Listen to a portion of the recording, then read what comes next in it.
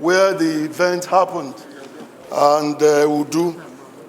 Mr. Speaker, I join the mover of the motion to condemn in the most strongest term the killing of our military personnel. It's something that should not be tolerated anywhere, and the perpetrators must be brought to book.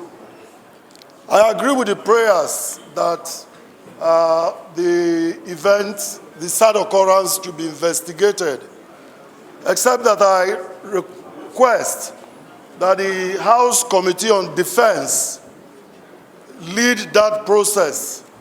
The House Committee on Defense should lead that process. I also request, Mr. Speaker, my people are currently displaced.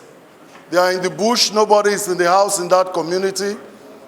The community has been razed down, and people are dying out of hunger, and the ones that were seen had been killed. There's a need for intervention on humanitarian grounds. While the culprits are being, investigation will bring out the real perpetrators of this sad occurrence, innocent civilians, innocent law-abiding citizens of this country who happen to come from Okuama community should not be made to suffer. Many people have not seen their parents and loved ones for a long time.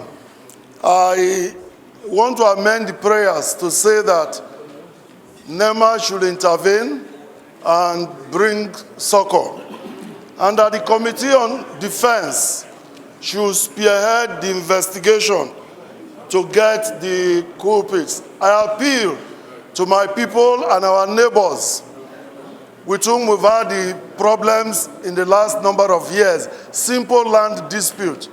I appeal for peace, for calm from all sides. And I appeal to our military in the face of this huge provocation to please observe some international protocol and stop the current burning going on in the community, so that investigations can go on and the real culprits are apprehended and brought before justice. So I have amended the prayers, sir, for NEMA intervention and for the Committee on Defense to lead the investigation, and that relief be given to our people on both sides of the river, because it's a river that separates both communities. I believe by God's grace, those who carried out this barbaric, inhuman act will be fished out and brought to book. Thank you very much, Mr. Speaker.